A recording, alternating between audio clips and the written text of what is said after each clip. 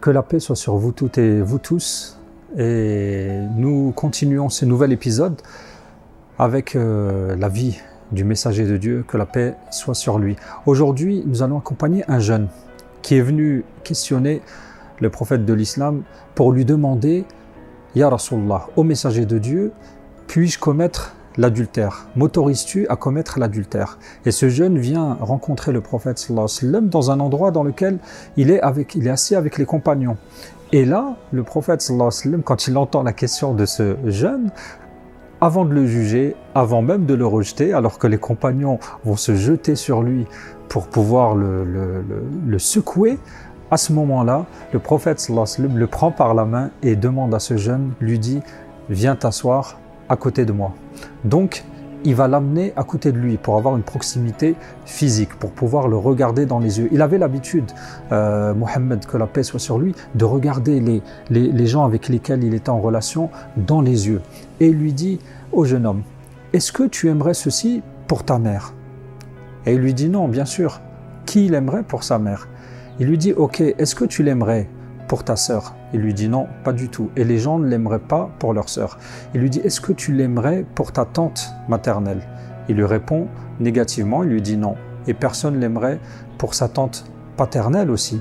Donc, ce va-et-vient de paroles entre le prophète sallallahu alayhi wa sallam qui questionne ce jeune pour l'amener à prendre lui-même conscience et à trouver lui-même les réponses à ses questionnements et à sa problématique avec ses tentations et ses instincts physiques et sexuels, le prophète sallallahu alayhi wa sallam discute avec lui et la parole va et vient entre ce jeune qui se sent vraiment dans une relation sécurisante, qui se sent bien aimé, qui se sent accompagné, qui sent une atmosphère de compassion et d'amour entre lui et celui qui vient questionner, qui est son modèle. Le jeune prend conscience et à ce moment-là va se passer un des miracles prophétiques, car le bien-aimé Mohammed, que la paix soit sur lui, est bien sûr le médecin des cœurs. Et il interagit avec ce jeune en lui posant la main sur son cœur comme ceci, et il lui pose la main sur son cœur et il invoque Dieu en sa faveur. Après une discussion, après un accompagnement psychologique, après une relation humaine approfondie, il pose la main sur le cœur de ce jeune et il invoque Dieu en lui disant « Allahumma tahhir qalbahu wa ghfir dhanbahu wa hassin farjahu wa jannibhu al-fitna » Oh mon Dieu, purifie son cœur. Il demande à Dieu qu'il purifie le cœur de ce jeune homme, de ce qu'il y a d'attrait physique, qu'il purifie son cœur et qu'il lui pardonne son péché. S'il a commis un péché, que Dieu le lui pardonne et qu'il préserve ses parties intimes et qu'il le préserve aussi de toutes les tentations externes.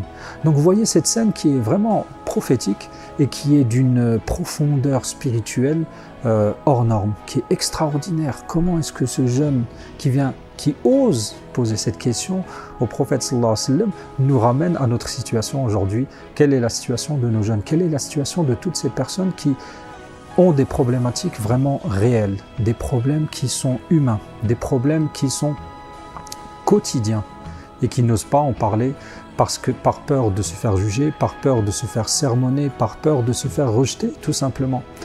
Si nous voulons suivre cette voie prophétique et suivre et être sur les pas du bien-aimé, il faut ouvrir impérativement nos cœurs, ouvrir nos consciences et attendrir notre écoute et que nos yeux regardent l'autre avec l'œil de la miséricorde pour transmettre vraiment cette miséricorde prophétique et être sur ce message d'amour. Mes chers frères et mes chères sœurs, je vous dis à très bientôt, que la paix vous accompagne. Salam alaikum.